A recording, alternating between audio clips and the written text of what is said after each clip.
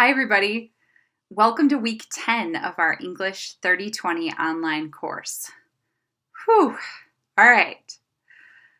So we had a week for mental health, and I do hope that everyone was able to take a beat and at least be able to map out your schedule for this course for the next couple of weeks. I have some good news in that area, but I'll get to that in a second.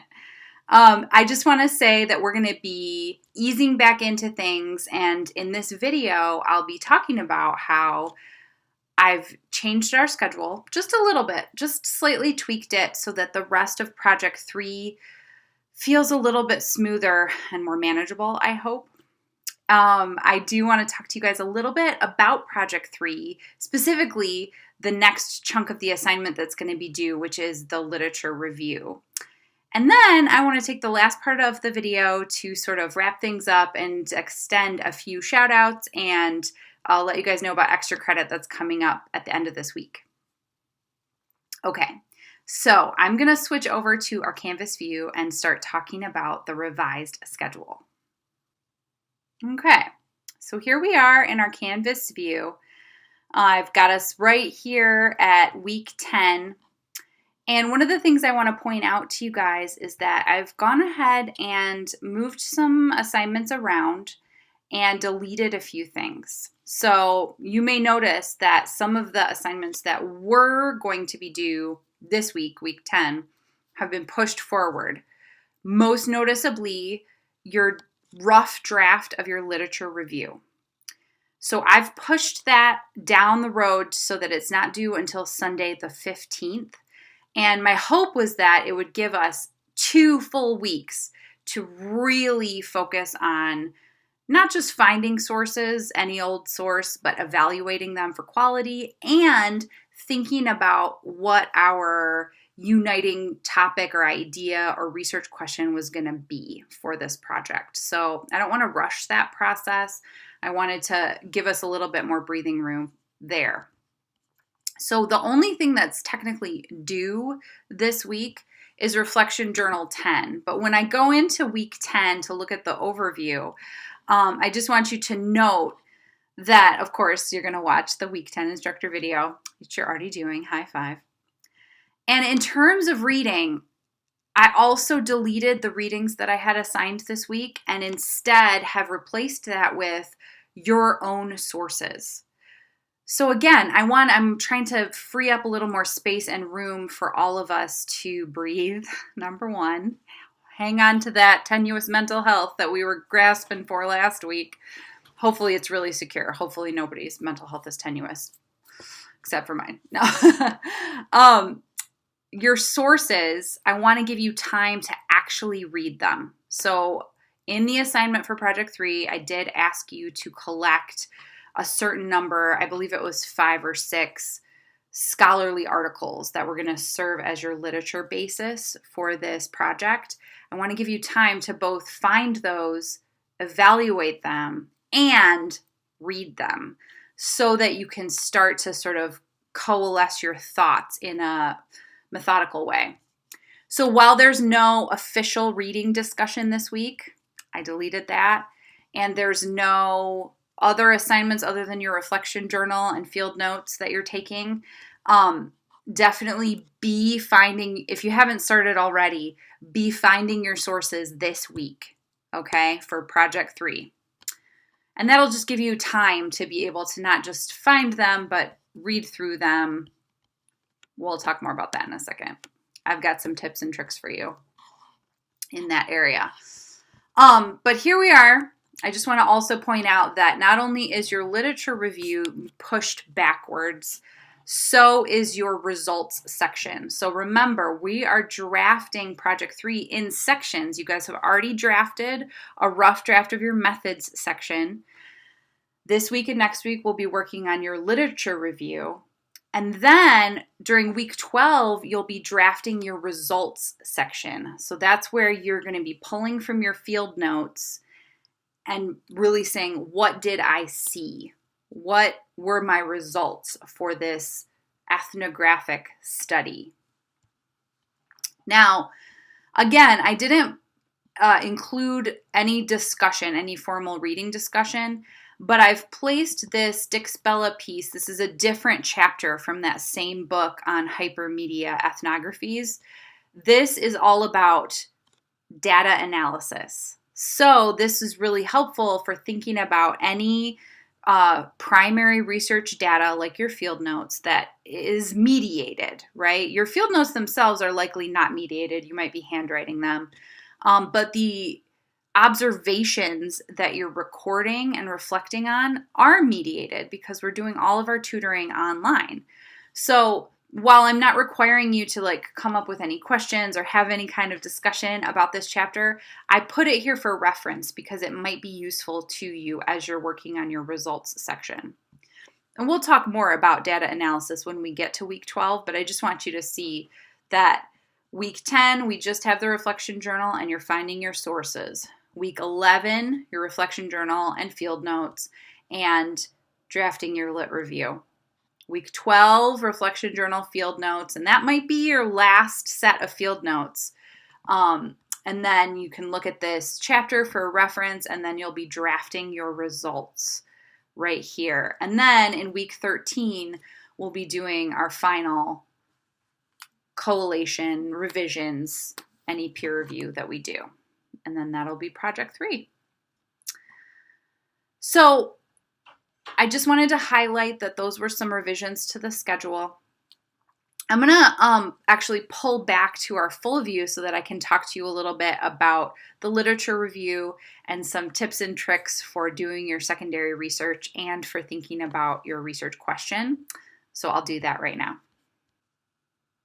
Okay, so you're getting ready to draft your literature review. What does this mean for our digital ethnography project? Well, I've already talked to some of you about your individual projects. All of us are sort of at varying levels of intensity in our tutoring, depending on the specific tutoring situation that's available to us. Some of you have more recently started tutoring. Some of you have been tutoring for many, many weeks now. Some of you have been having frustrating experiences with your tutees either not showing up or it may be difficult, especially I know with the GED students. And there could be lots of things in between.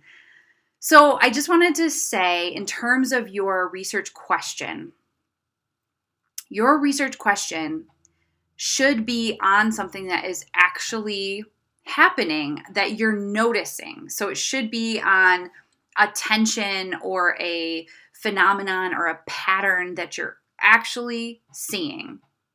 That could be within your tutoring experience, right? So I've talked to many folks who are thinking about like the best ways to engage students online, the problems that come with something that's so mediated and removed as online tutoring, things that are really great about being able to engage with students via ScoopPad, right? There's a lot of different ways to think about your tutoring experience creating some kind of pattern or tension, right? So maybe you're seeing, wow, it's really hard for my tutee to focus. So that might lead you to start doing research into students and their ability to focus when engaging online. Or maybe you are thinking, wow, I see my student is really working hard to focus, but their environment is very distracting to them. So maybe then you might want to be looking at, and would be a separate research topic, the power and the ability of space to impact a student's ability to learn, right? So that could be a classroom space, a home space, a homework space, and there's a lot of literature on that as well. Maybe you're thinking about a particular teaching or tutoring strategy. Maybe you're thinking about interpersonal relationships and the things that you have been able to do or have tried to do to draw your student out and create some of those social emotional bonds, right? So there's a lot of different things within the tutoring experience that you could be researching.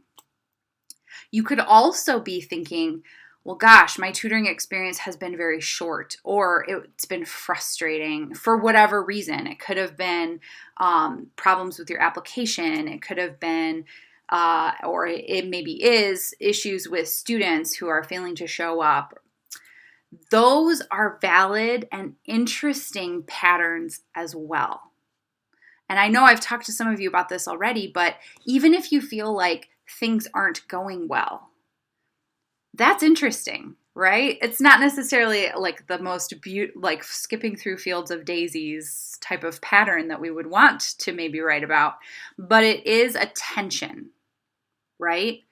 So if you're seeing a tension, like here I am, I'm a volunteer. I want to tutor someone, but they're just not showing up. That's interesting. That's a research question. Why is that? Right? Now we can make all kinds of conjectures, but we want to ground this in both secondary literature and our own data from our observations. Excuse me. So you are going to want to think about, like, okay, as I'm taking notes, keep taking notes. Even if you're not getting in touch with a student, take notes on that day anyway. Excuse me. I'm going to take a sip of water. I'm getting too excited talking about research, guys. Take notes anyway. Record, because those are the moments of tension that you can use as your primary data, okay? So maybe what you're going to end up writing about are the difficulties of skipping over all the hurdles to volunteer for a nonprofit. Maybe the issue isn't having enough ready and willing volunteers. Maybe the issue is bureaucracy or the process. Maybe you're going to want to look into some of the things that keep non-traditional students, say, from being able to show up faithfully to a free tutoring service, right? Are there socioeconomic or environmental issues that you could research into based on your observations that you can find some trail in the literature? Okay, so I feel like I'm rambling, but I'm hoping that this is helping to coalesce for you what we're doing here, right? We are volunteering, doing service in our community, mediated through digital media. So we're taking field notes on it, on what is happening, even if what is happening isn't what we want to be happening, okay? Those field notes are providing us with our primary research. And then over the next 2 weeks, we're going to be adding secondary research to start putting together a picture of not just the things that we see, whether there's patterns that we're seeing or tensions that we're seeing, but what has already been said about this kind of thing that I'm noticing. And then is there a research gap, right? So the function of the secondary research is to show us what other people have already written and published about this thing or a similar thing, right? A body of literature doesn't always have the same subject as the topic of discussion in every single article. You may be pulling together a constellation of sources that are talking about student attention spans and screens, student attention spans and tutoring, maybe face-to-face tutoring. Maybe you want to talk about attention spans and things that help students focus even if they don't look like they're paying attention, right? There's lots of different ways that you could go with your searching, and you're pulling together this constellation of sources to be able to say, so here's what is being said already, and here's what I'm noticing. How does it fit? How does it not fit? If you're noticing and recording tensions or patterns that you aren't seeing reflected in your secondary research, good. Write about it. Write that down as one of your primary results. And then your job in your conclusion is to noodle out why that might be, why it might be the same, why it might be different, what I'm actually observing versus the secondary literature. So that's kind of like a big overview of Nicole nerding off about research writing. But here's what's so exciting about it is that by doing these moves of taking down our noticings, our observations, and then holding them in conversation with so many other folks who've already done studies around similar or the same issues, now you're doing the moves of a scholar. Because a scholar gets to see what everybody else is saying, maybe identify some gaps and things that are different in what they're noticing and studying. And then you get to say your own thing. So you get to make an argument or a claim about either what is actually happening here, what could help change the situation potentially, or just sort of looking into phenomenon to see what are the forces at play influencing a situation that might look simple on its face, but is actually much, much, much more complicated. It's exciting, right? Anyway, I'll stop nerding off here, and I'm just going to conclude this video with a couple of announcements about our extra credit. Thank you to those of you who filled out the mid-assessment program survey, the MAP survey. I've gone through